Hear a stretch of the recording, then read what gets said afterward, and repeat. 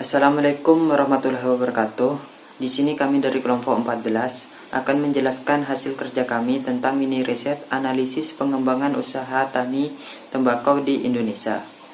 Sebelumnya, perkenalkan anggota kelompok kami. Pertama ada Iwan Firdaus dengan NIM 118, dan yang kedua saya sendiri Arya Rahan Putra dengan NIM 156, dan yang terakhir ada MLD Pradana dengan NIM 161.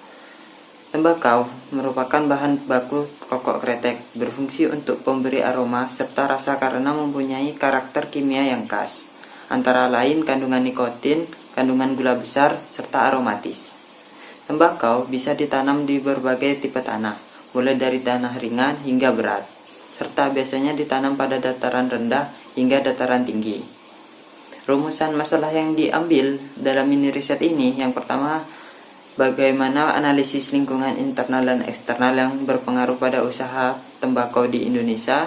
Yang kedua, bagaimana analisis bisnis yang diterapkan pada usaha tembakau Indonesia. Dan yang ketiga, bagaimana analisis formulasi strategi yang diterapkan pada usaha tembakau Indonesia. Penelitian ini dilaksanakan di usaha tembakau Indonesia dengan waktu penelitian yang dilakukan pada usaha tembakau Indonesia kurang lebih selama 5 pertemuan. Data yang dikumpulkan dalam penelitian ini mencakup data sekunder, di mana data sekunder merupakan data yang diambil dari berbagai sumber, berupa buku, dokumen resmi, hasil penelitian dari jurnal, tesis, dan disertasi. Metode analisis data yang digunakan adalah analisis lingkungan internal perusahaan tembakau berupa kekuatan dan kelemahan, dan analisis lingkungan eksternal berupa peluang dan ancaman. Menggunakan metrik EV, dalam tahap pemaduan digunakan alat analisis metrik IE, internal, eksternal, dan metrik SWOT. Hasil dan pembahasan. Yang pertama ada identifikasi lingkungan internal dan eksternal. Lingkungan internal merupakan faktor dari dalam yang dapat mempengaruhi suatu perusahaan, meliputi kekuatan dan kelemahan. Adapun kekuatannya adalah sarana dan prasarana yang mendukung terhadap budidaya tembakau, yaitu tersedianya bibit, pupuk, air, infrastruktur, jalan yang baik, dan lain sebagainya. Kemudian kekuatan kedua adalah tersedianya lahan yang mencapai 3,422 hektar dengan produksi total 1937,30 ton rajangan kering. Itu yang disampaikan oleh Anonim pada tahun 2009. Indonesia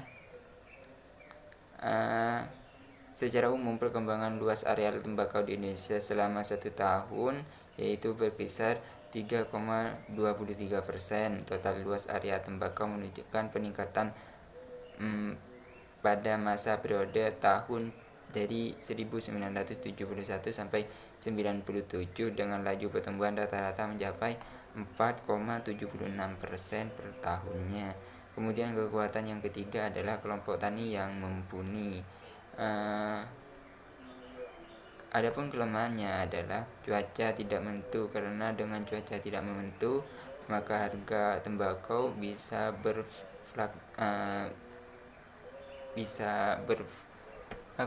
tidak sesuai dengan keinginan petani. Yang kedua adalah fluktuasi harga.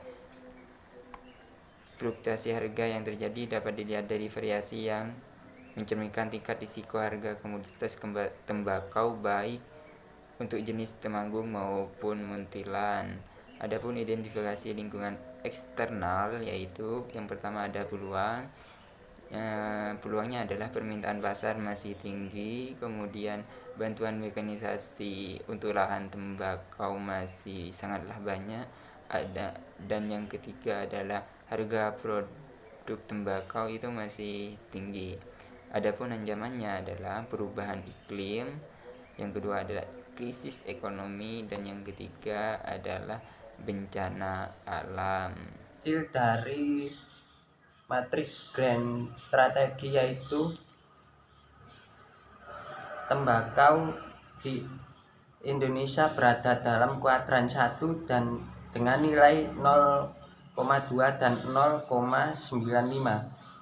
dan posisi kuadran 1 berada bukti bahwa komoditas di Indonesia mampu mengambil keuntungan dan peluang eksternal yang ada, sehingga komoditas tembakau di Indonesia akan bersaing menggunakan strategi agresif. Kesimpulannya yaitu dari hasil faktor analisis eksternal dan internal diketahui bahwa faktor internal kekuatan memiliki skor tertinggi sebesar 0,96, yaitu ketersediaan lahan tembakau, sedangkan kelemahan yang memiliki skor tertinggi sebesar 0,57, yaitu cuaca yang tidak menentu dan fluktuasi harga. Untuk faktor eksternal yaitu peluang memiliki skor tertinggi sebesar 1, yaitu bantuan mekanisasi tanaman tembakau, sedangkan dalam ancaman yang memiliki skor tertinggi sebesar 0,8, yaitu krisis ekonomi. Pada analisis bisnis ini didapatkan bahwa faktor internal komoditas tembakau di Indonesia berada pada posisi kuat dan memanfaatkan kekuatan dan mengatasi kelemahan, sedangkan faktor eksternal komoditas tembakau di Indonesia berada dalam posisi yang kuat dan merespon peluang dan menghindari ancaman.